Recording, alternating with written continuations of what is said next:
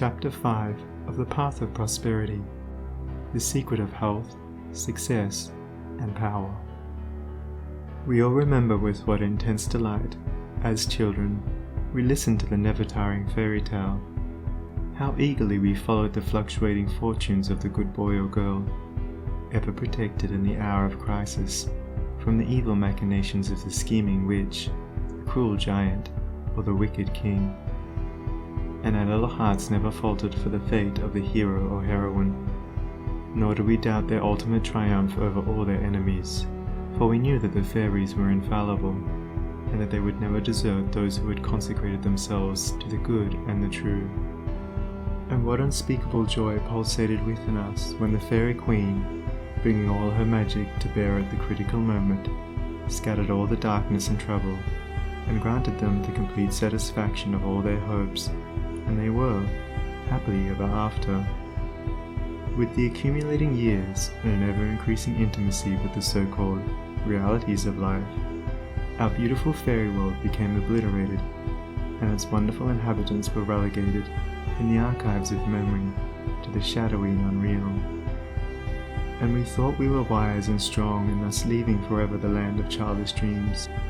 But as we become little children in the wondrous world of wisdom, we shall return again to the inspiring dreams of childhood, and find that they are, after all, realities.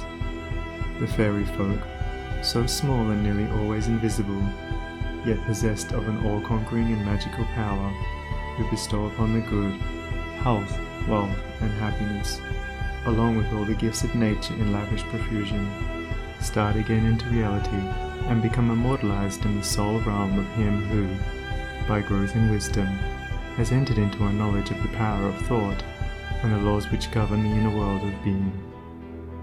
To him the fairies live again as thought people, thought messengers, thought powers working in harmony with the overruling good. And they who, day by day, endeavor to harmonize their hearts with the heart of the supreme good, do in reality acquire true health, wealth, and happiness.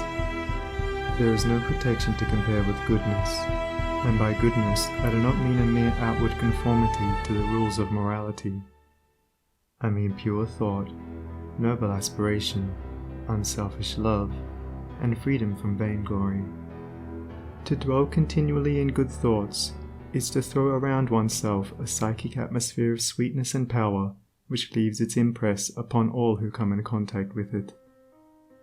As the rising sun puts to rout the helpless shadows, so are all the impotent forces of evil put to flight by the searching rays of positive thought, which shine forth from a heart made strong in purity and faith. Where there is sterling faith and uncompromising purity, there is health, there is success, there is power.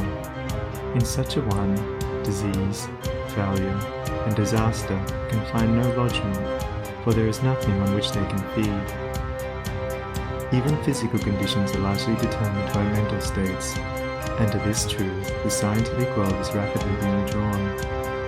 The old, materialistic belief that a man is what his body makes him is rapidly passing away, and is being replaced by the inspiring belief that a man is superior to his body, and that his body is what he makes it by the power of thought. Men everywhere are ceasing to believe that a man is despairing because he is dyspeptic, and are coming to understand that he is dyspeptic because he is despairing. And in the near future, the fact that all disease has its origin in the mind will become common knowledge. There is no evil in the universe but has its root and origin in the mind, and sin, sickness, sorrow, and affliction do not, in reality, belong to the universal order, are not inherent in the nature of things, but are the direct outcome of our ignorance of the right relations of things.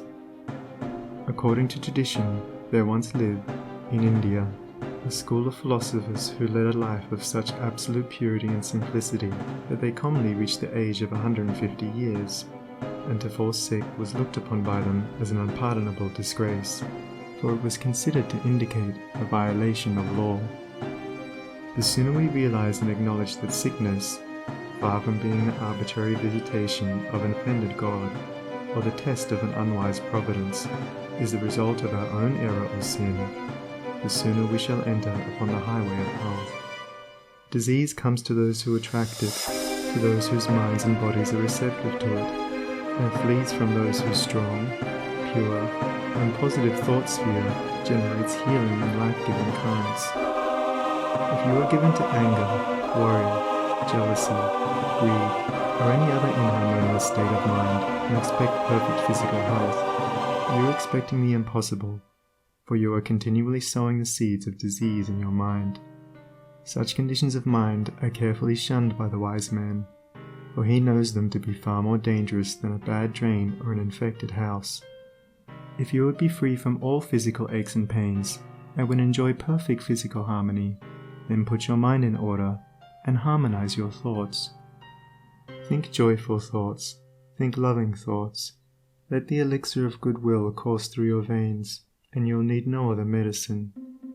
Put away your jealousies, your suspicions, your worries, your hatreds, your selfish indulgences, and you'll put away your dyspepsia, your biliousness, your nervousness and aching joints. If you will persist in clinging to these debilitating and demoralizing habits of mind, then do not complain when your body is laid low with sickness. The following story illustrates the close relation that exists between habits of mind and bodily conditions. A certain man was afflicted with a painful disease, and he tried one physician after another, but all to no purpose. He then visited towns which were famous for their curative waters, and after having bathed in them all, his disease was more painful than ever. One night he dreamed that a presence came to him and said, "Brother, hast thou tried all means of cure?" And he replied, "I have tried all." "Nay," said the presence, "come with me, and I will show thee a healing bath which has escaped thy notice." The afflicted man followed, and the presence led him to a clear pool of water, and said, "Plunge thyself in this water, and thou shalt surely recover," and thereupon vanished. The man plunged into the water, and on coming out, lo! His disease had left him, and at the same moment he saw written above the pool the word, "Renounce."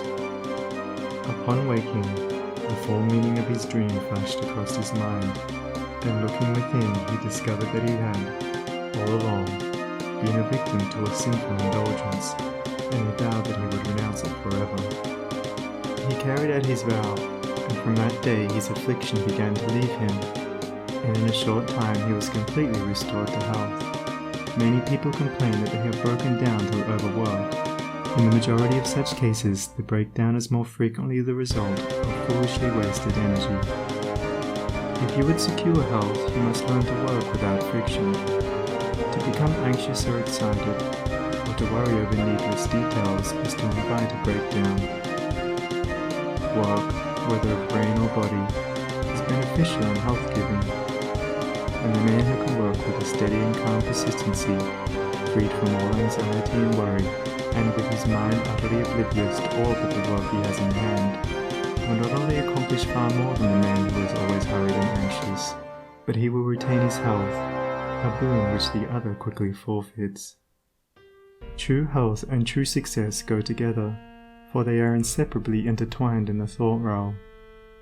As mental harmony produces bodily health, so it also leads to a harmonious sequence in the actual working out of one's plans.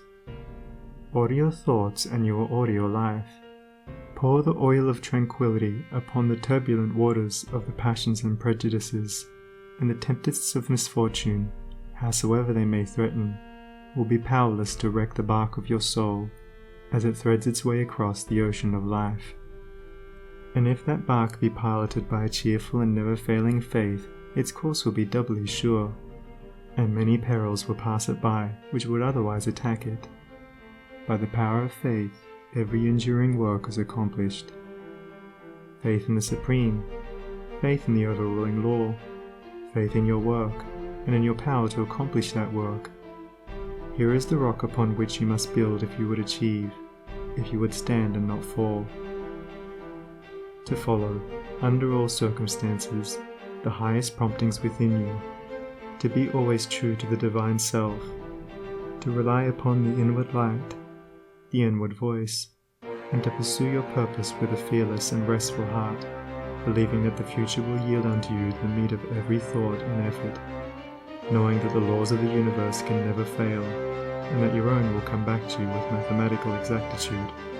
This is faith, and the living in faith. By the power of such a faith, the dark waters of uncertainty are divided, every mountain of difficulty crumbles away, and the believing soul passes on unharmed.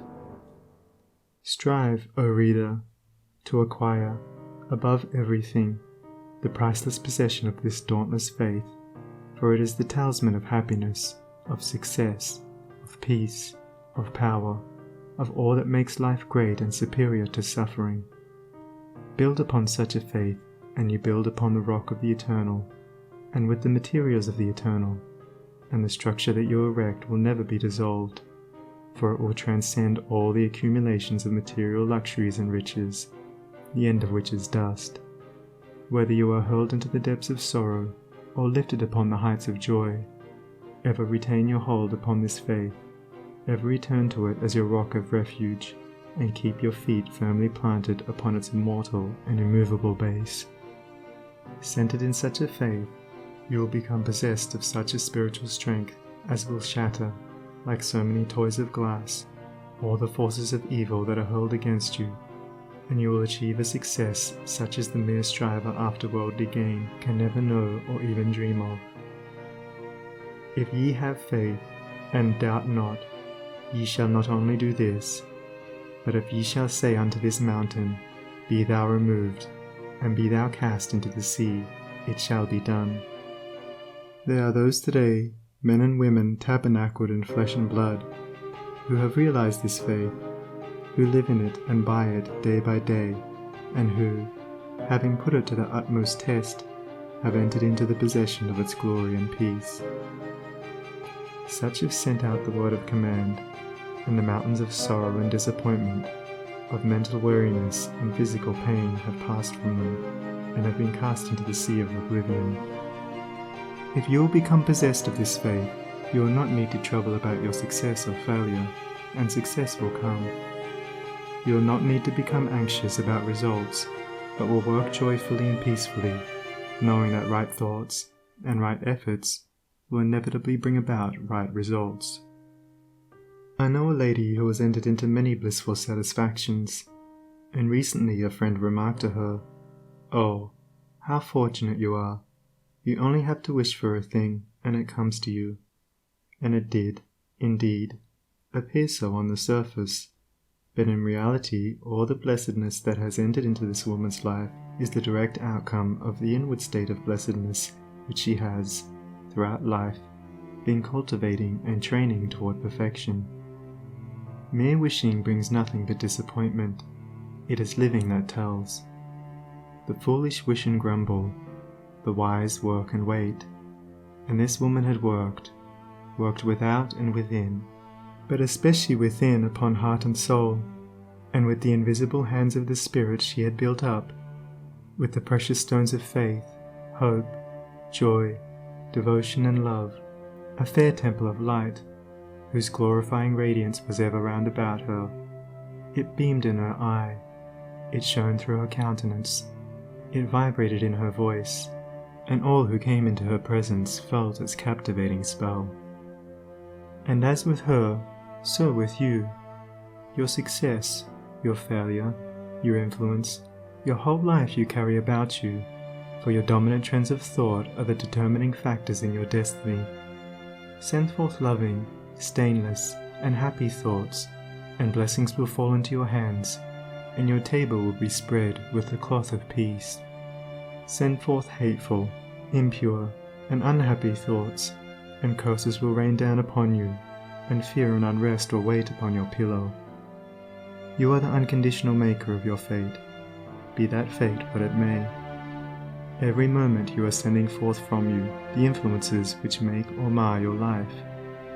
Let your heart grow large and loving and unselfish, and great and lasting will be your influence and success, even though you make little money. Confine it within the narrow limits of self-interest, and even though you become a millionaire, your influence and success at the final reckoning will be found to be utterly insignificant. Cultivate, then, this pure and unselfish spirit, and combine with purity and faith, singleness of purpose, and you are evolving from within the elements, not only of abounding health and enduring success, but of greatness and power. If your present position is distasteful to you, and your heart is not in your work, nevertheless perform your duties with scrupulous diligence, and whilst resting your mind in the idea that the better position and greater opportunities are waiting for you, ever keep an active mental outlook for budding possibilities, so that when the critical moment arrives and the new channel presents itself, you will step into it with your mind fully prepared for the undertaking, and with that intelligence and foresight which is born of mental discipline. Whatever your task may be, concentrate your whole mind upon it. Throw into it all the energy of which you are capable. The faultless completion of small tasks leads inevitably to larger tasks. See to it that you rise by steadily climbing, and you will never fall. And herein lies the secret of true power. Learn, by constant practice, how to husband your resources, and to concentrate them at any moment upon a given point. The foolish waste all their mental and spiritual energy in frivolity, foolish chatter, or selfish argument, not to mention wasteful physical excesses. If you would acquire overcoming power, you must cultivate poise and passivity. You must be able to stand alone. All power is associated with immovability. The mountain, the massive rock, the storm-tried oak, all speak to us of power, because of their combined solitary grandeur and defiant fixity, while the shifting sand, the yielding twig, and the waving reed speak to us of weakness, because they are movable and non-resistant, and are utterly useless when detached from their fellows. He is the man of power who, when all of his fellows are swayed by some emotion or passion, remains calm and unmoved. He only is fitted to command and control who has succeeded in commanding and controlling himself. The hysterical, the fearful, the thoughtless and frivolous, let such seek company, or they will fall for lack of support. But the calm, the fearless, the thoughtful, and let such seek the solitude of the forest, the desert, and the mountain top, and to their power more power will be added, and they will more and more successfully stem the psychic currents and whirlpools which engulf mankind. Passion is not power, it is the abuse of power, the dispersion of power. Passion is like a furious storm which beats fiercely and wildly upon the embattled rock, whilst power is like the rock itself, which remains silent and unmoved through it all. That was a manifestation of true power when Martin Luther, wearied with the persuasions of his fearful friends, who were doubtful as to his safety should he go to Worms, replied, "If there were as many devils in Worms as there are tiles on the housetops, I would go." And when Benjamin Disraeli broke down in his first parliamentary speech, and brought upon himself the derision of the House, that was an exhibition of germinal power when he exclaimed, "The day will come when you will consider it an honour to listen to me." When that young man, whom I knew, passing through continual reverses and misfortunes, was mocked by his friends and told to desist from further effort, and he replied, "The time is not far distant when you will marvel at my good fortune and success," he showed that he was possessed of that silent and irresistible power which is taking him over innumerable difficulties, and crowned his life with success. If you have not this power, you may acquire it by practice, and the beginning of power is likewise the beginning of wisdom. You must commence by overcoming those purposeless trivialities to which you have hitherto been a willing victim. Boisterous and uncontrolled laughter, slander and idle talk, and joking merely to raise a laugh, all these must be put on one side as so much waste of valuable energy. St. Paul never showed his wonderful insight into the hidden laws of human progress to greater advantage than when he warned the Ephesians against foolish talking and jesting which is not convenient, for to dwell habitually in such practices is to destroy all spiritual power and life. As you succeed in rendering yourself impervious to such mental dissipations, you will begin to understand what true power is, and you will then commence to grapple with the more powerful desires and appetites which hold your soul in bondage and bar the way to power, and your further progress will then be made clear. Above all, be of single aim. Have a legitimate and useful purpose, and devote yourself unreservedly to it. Let nothing draw you aside. Remember that the double-minded man is unstable in all his ways. Be eager to learn but slow to beg. Have a thorough understanding of your work, and let it be your own. And as you proceed, ever following the inward guide, the infallible voice, you will pass on from victory to victory, and will rise step by step to higher resting places, and your ever-broadening outlook will gradually reveal to you the essential beauty and purpose of life. Self-purified, health will be yours. Faith-protected, success will be yours. Self-governed, power will be yours.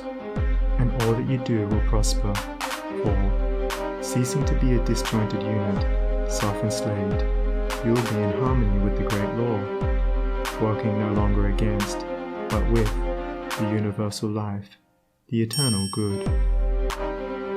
And what health you gain, it will remain with you. What success you achieve will go beyond all human computation, and will never pass away. And what influence and power you wield will continue to increase throughout the ages, for it will be a part of that unchangeable principle which supports the universe. This, then, is the secret of health, a pure heart and a well-ordered mind.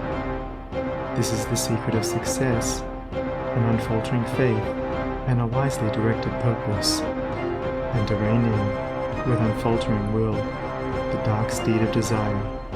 This is the secret of power.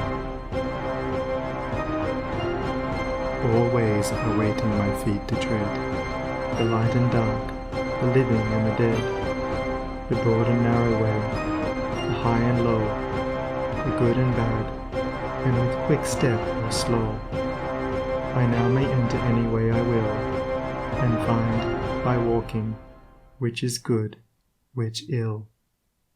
And all good things my wandering feet await, if I but come, with vow inviolate, unto the narrow, high and holy way of heart-born purity, and therein stay, walking, secure from him who taunts and scorns, to flowery meads across the path of thorns. And I may stand where health, success, and power await my coming, if, each fleeting hour, I cling to love and patience, and abide with stainlessness, and never step aside from high integrity. So shall I see at last the land of immortality, and I may seek and find, I may achieve, I may not claim, but, losing, may retrieve. The law bends not for me, but I must bend unto the law, if I would reach the end of my afflictions, if I would restore my soul to light and life, and weep no more. Not mine the arrogant and selfish claim to all good things, be mine the lowly aim, to seek and find, to know and comprehend, and wisdom ward all holy footsteps wend. Nothing is mine to claim or to command, but all is mine to know and understand. End of chapter 5. Recording by Sunny Abdullah.